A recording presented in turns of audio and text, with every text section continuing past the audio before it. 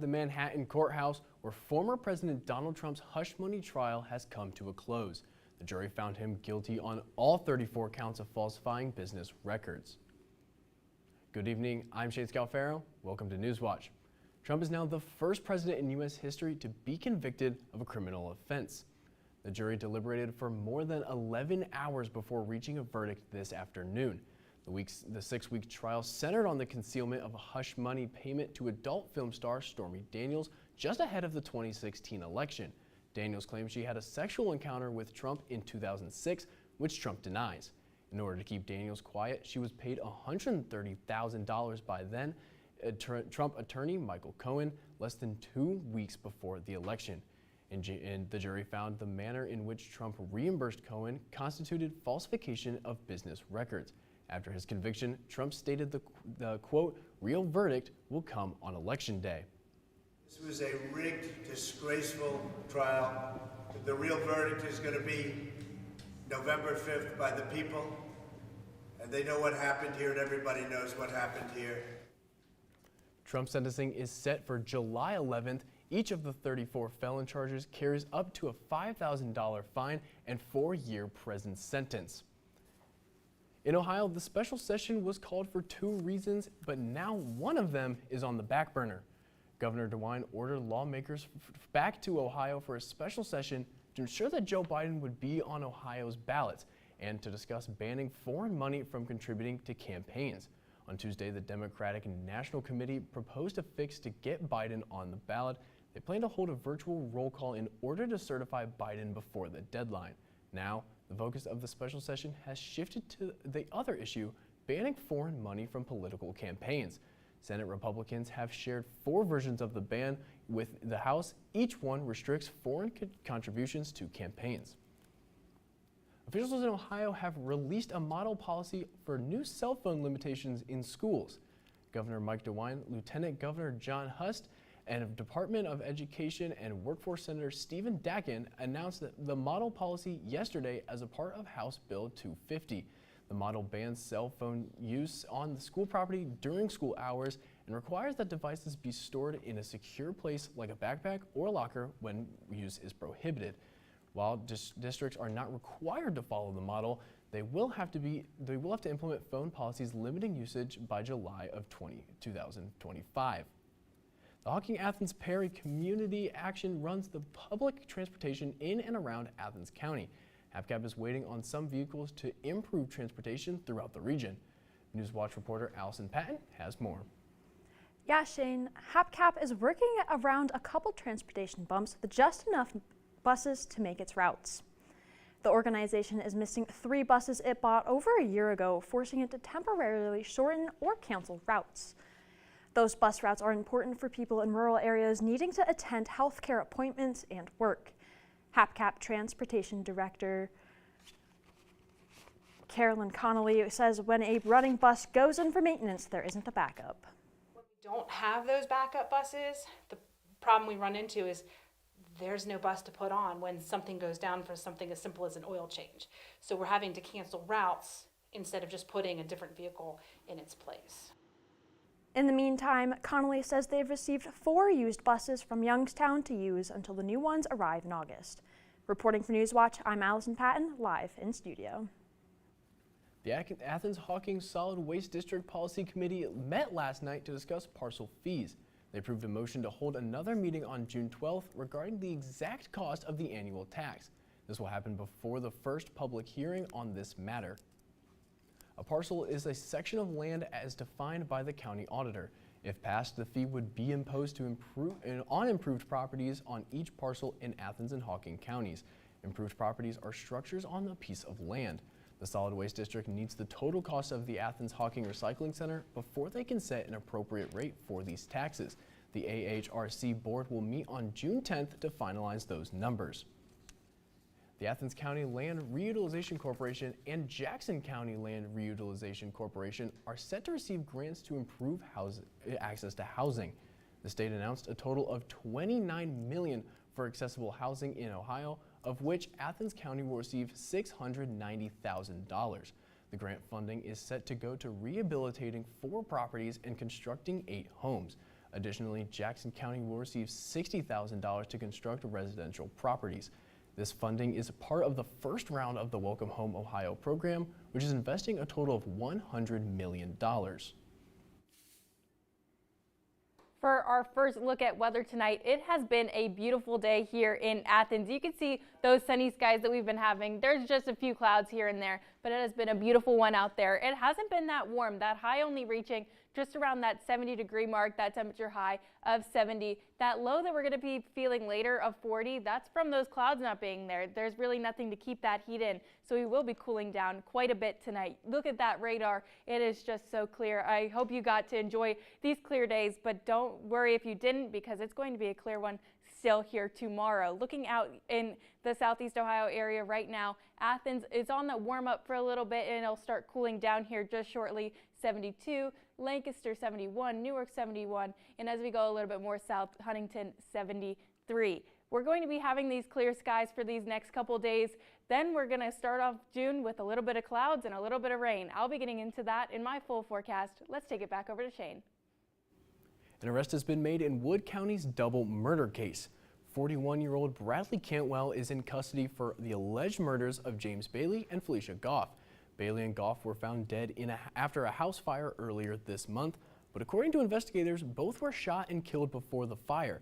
Cantwell pled not guilty to both murder charges and his arraignment last night and is awaiting his preliminary hearing. The Ohio State Highway Patrol has released their statistics from Memorial Day weekend. OHP reported 14 crashes resulting in 17 deaths on Ohio roadways, along with 361 OVIs. Fatalities were lower than this year than 2023, which had 26 recorded from the holiday weekend. State troopers made over 19,000 traffic stops, 464 of which occurred in Athens County. People aged 60 and older are 517% more likely to be victims of the tech support scam than those under 59. And Ohio has lost over $51 million to elder fraud, according to data released by the FBI and FTC.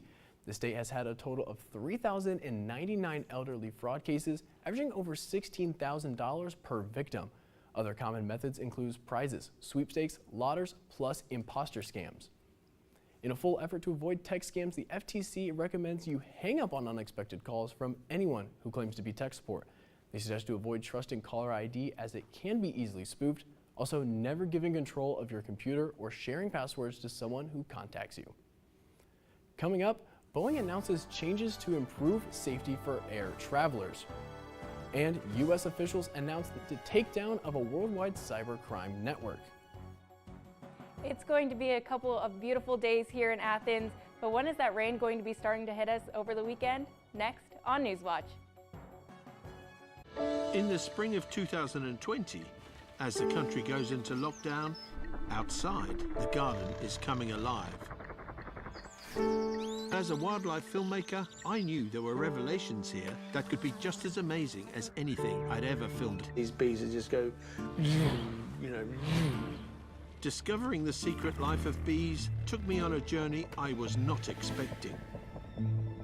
Wednesday at 8 on WOUB. We must save our oceans, and we must also feed ourselves. Thankfully, there are people trying to do both. There's no reason why more people shouldn't have access. This kind of creative farming is extremely important. I want you to fish, but I want you to fish smart. Sustainability is to extend life, not just of the fish, but of us.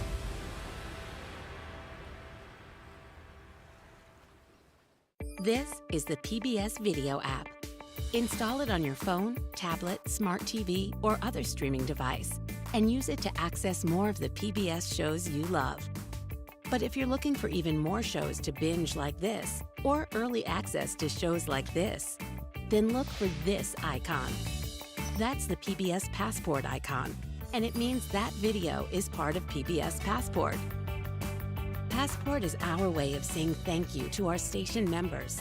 Donate to your local PBS station today, and one of the member benefits you'll receive is PBS Passport, which offers extended access to a growing library of new and favorite PBS programs. You can support your station and your community by becoming a member today. Visit pbs.org/getpassport for details. Watch PBS Passport anytime on any screen, wherever you stream. It's your ticket to the best of PBS.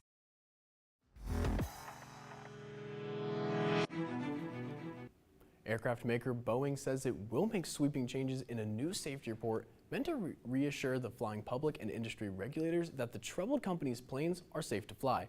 Laura Aguirre tells us more about their plan delivered to the Federal Aviation Administration Thursday. Today, in response to our request in February, Boeing provided us their roadmap for continuous improvement. That roadmap is Boeing's new strategy designed to improve aircraft quality after a series of incidents involving its planes, including a door plug blowout aboard an Alaska Airlines Boeing 737 MAX 9 jet in January. Within days of that incident, an emotional Boeing CEO, David Calhoun, acknowledged the high stakes of getting safety right. I didn't know what happened to whoever was supposed to be in the seat next to that hole in the airplane. I got kids, I got grandkids, and so do you. This stuff matters. Federal investigators found evidence that 4 critical bolts on the door plug were missing. The FAA sent auditors to Boeing's 737 MAX plant in Renton, Washington. Their findings triggered the order to Boeing to assess, overhaul, and present the safety roadmap. Boeing is now required to have a mandatory safety management system, which will ensure a structured, repeatable, systematic approach to identify hazards and manage risk. Boeing has publicly taken responsibility for the Alaska Airlines blowout and says it's already taking action, including providing clearer instructions during assembly, making training improvements, and adding more tools. We underscored that they must follow through on implementing corrective actions and transform their safety culture. Actions the FAA will continue to monitor closely. This plan does not mark the end of our increased oversight of Boeing and its suppliers, but the beginning of the next chapter. I'm Laura Aguirre reporting. Robert F. Kennedy Jr.'s campaign has filed a complaint with the Federal Election Commission this week over the upcoming CNN presidential debate. The complaint alleges CNN colluded with President Joe Biden's campaign and former President Donald Trump's campaign in scheduling the network's June 27th debate and settling debate qualification criteria. The Kennedy team claims both campaigns, along with CNN, have violated federal campaign laws. The Kennedy campaign wants the FEC to bar the campaigns and CNN from holding the debate until they address the alleged breaches in federal law. Taking a look outside right now, we've had those sunny skies throughout that day. We're going to see that temperature high at 70. We're reaching that about now. We're actually a little bit past 70. Then that projected high for the day. You can see on that radar just how clear it is. It has been a beautiful day here in most parts of Ohio. This high pressure system has really been over us, and it has been providing us with some beautiful days to end out our May. We're going to be seeing this system over here growing. That is going to be hitting us later in the week. We're going to be looking outside right now. We're in those sunny skies. You might see a cloud here or two. Looking at Athens, having just a little bit of clouds out there. Huntington going to see a little bit more clouds, but other than that, it's okay whenever it is. It has been this beautiful today. We're going to be seeing tonight that overnight low. It has been going down as these days have been going on. We're going to be seeing, because of that cloud cover, that we're going to have those cleared skies. That cloud cover isn't really keeping any of the heat in, so we are going to be having that overnight low of 40. It's going to be a chilly one out there if you want to have that nighttime walk. We're going to be seeing tomorrow that temperature high 75. We're going to be seeing these temperatures raise up as over these next couple days. Those sunny skies continuing today, so tomorrow. So if you don't get outside today, hopefully you do get to get outside tomorrow with those sunny skies. That low 48, still on that lower side, but it is rising as these days go on. Looking at that radar right now, we're going to be seeing how this system is going to be making its way in, and it's going to be giving us some clouds looking at Sunday and Saturday, and then looking into Sunday, that rain finally making its way in. Looking at 12 hours ahead, we're still under this high pressure system until we're looking at about Sunday. But this high pressure system going to be clearing us out for this ending of May, going to be making it have some nice days in there compared to some of these days that we've been having recently with that rain. Then we're going to be seeing this system. It's going to be giving some pretty severe weather weather phenomenon to our friends off to the west, but that is going to be decreasing as it's going to be coming towards us, but we still do have some chances for some thunderstorms looking into early next week. We're going to be seeing that on that 7-day outlook, that we're going to be sunny tomorrow. Saturday, that's whenever those clouds are going to start to roll their way in, and looking early at next week, that chance of thunderstorms making its way in. With some warmer temperatures, we're going to be having those warmer temperatures to start off June, and it's going to be a rainy one also to start off June. Let's take it back over to Shane.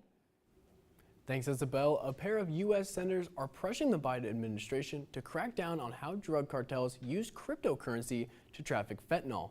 Senators Elizabeth Warren and Bill Cassidy have asked for information on specific actions the administration has taken regarding crypto's role in the fentanyl trade. The request came in a new letter to the Drug Enforcement Administration and the White House. Cryptocurrency transactions for fentanyl ingredients surged 450% in the year through April 2023. The letter reflects growing anxiety in Congress about the fentanyl crisis and the ease with which Mexico's most dangerous drug cartels can cheaply buy ingredients online to make it. U.S. officials say has taken down and arrested the creator of what is likely the world's largest cybercrime network. The network is a botnet spanning more than 19 million IP addresses in almost 200 countries, including more than 600,000 in the U.S. A botnet is a network of malware-infected computers secretly controlled by someone who doesn't own them. That control allows a third party to commit widespread crimes with private devices. The DOJ says Chinese national Yu Wang allegedly created the botnet and sold access to the criminals. It alleges some of the defrauded the U.S. government of almost $6 billion in pandemic relief funds. Next on Newswatch, what are the next steps for college graduates entering the workforce? And for the latest from Newswatch, follow us on X, formerly Twitter, Instagram, and YouTube. I am Professor Jasper Tempest. There have been 4 unexplained sudden deaths in the southeast. Professor? Professor? Professor? My name... I know who you are. Jasper has been taken to prison. What was your plan? Truth and justice are not always compatible. We're just gonna let people die. There are moves afoot to cut you loose. We shall have to wait and see.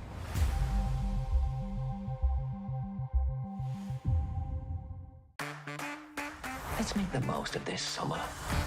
There's about to be a whole lot of love in this kitchen. Smells good in here. Come on, baby. Come on, baby.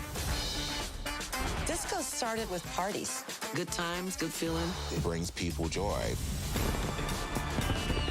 I don't need a detective. The baker will do. This is what we've got, and we can make it ours. It's so good. Ken Burns and his brilliant team at Florentine Films has taken on one of the pillars of American culture, country music. It's a great Russian novel of a story. You meet layer upon layer of characters, generation upon generation of families. Ken is a great unifier. It's not just about the music, it is about who we are as Americans. Please join me, Kathy Mattea, for Ken Burns Country Music. Monday at 9:30 on WOUB. Join me, Rick Steves, as we explore Germany, old and new. We'll go on a harbor tour in Hamburg, explore the treasure troves of the historic Green Vault in Dresden, journey through Nuremberg's secret underground tunnels, and visit the home of one of the most influential figures in European history, Martin Luther. You're in for some monumental travel fun in my latest travel special, Rick Steves' Great German Cities. Tuesday at 9:30.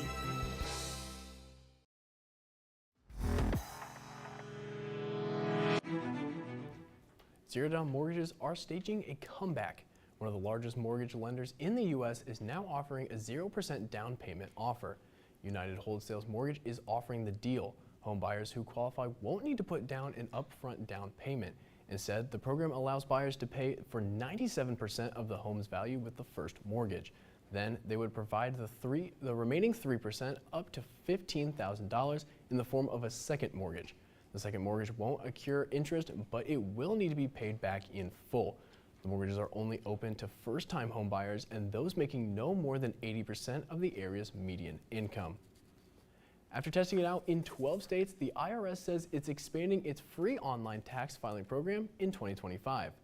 That means direct file will be available to taxpayers with certain simple federal returns in all 50 states and Washington, D.C. Treasury Secretary Janet Yellen said that the pilot program for the 2024 tax filing season was a success.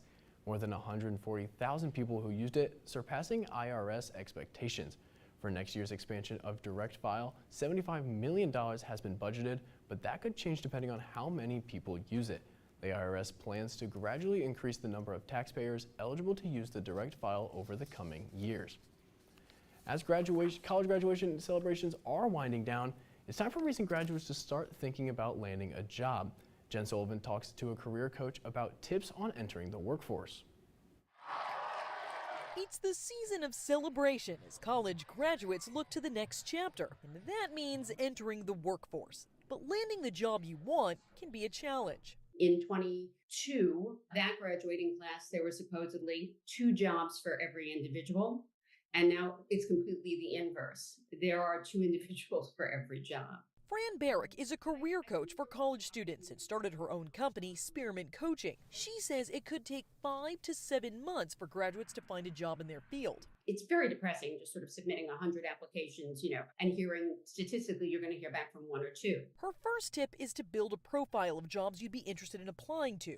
2, research the companies. 3, find jobs by networking, like using your college's career services, contacting alumni, and talking to friends and family. 4, play up your skills. You don't want to be a jack of all trades. You want to be a master of a specific one. Some entry-level jobs require work experience, and if you don't have any, that's okay. On your resume, you can list college sports, clubs and organizations, and don't forget jobs you've held like waitressing and babysitting. That all counts. And those soft skills that you learn, responsibility, integrity, commitment, totally transferable. And while you're waiting until you land the job you want, you can either work part-time or volunteer.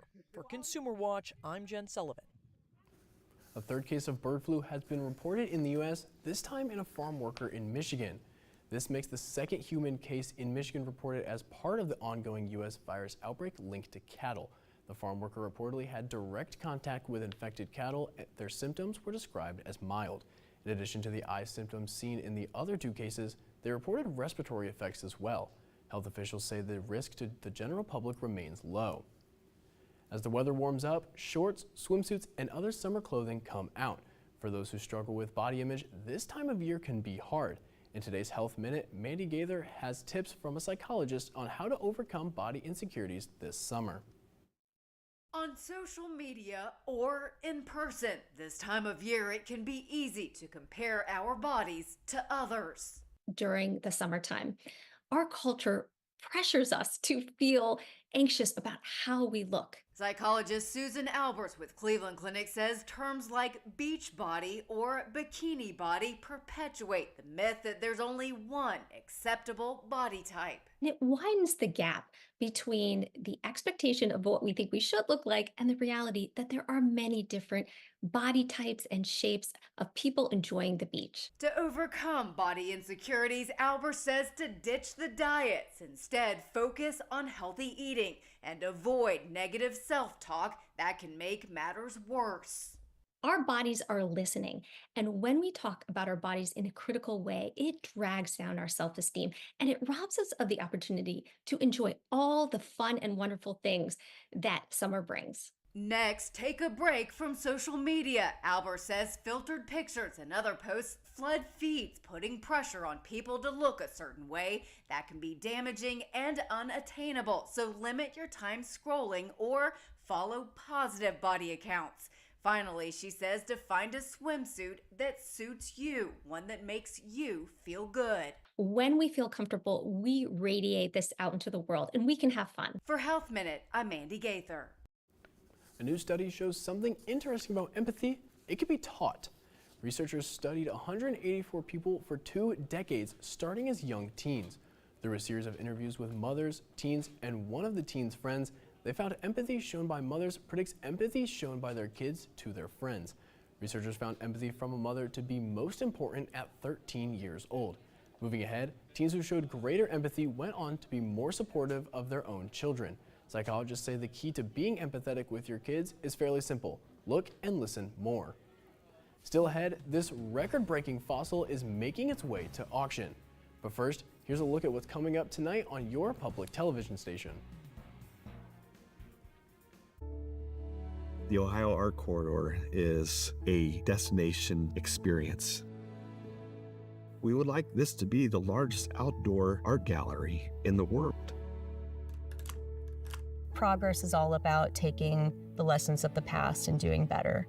So I would hope that now that we know better, we will do better.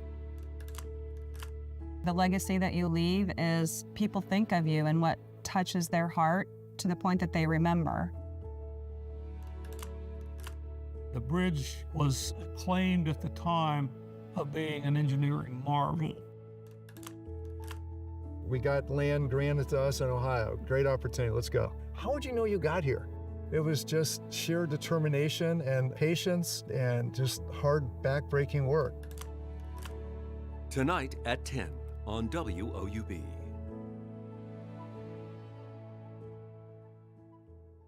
For more than 70 years, WOUB Public Media has been the place where people in our region turn to learn how stories of the past ignite the imagination of the future. It's where information, entertainment, and education work together to inform, enlighten, and inspire generations.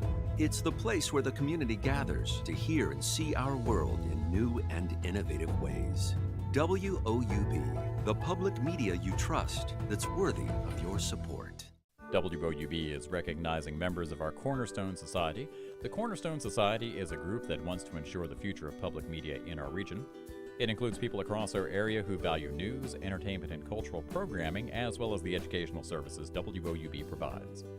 Also included are graduates of Ohio University who took part in the WOUB Student Professional Development Program. Thanks to the Cornerstone Society for their generous support. To learn how you can be involved, email woub@woub.org.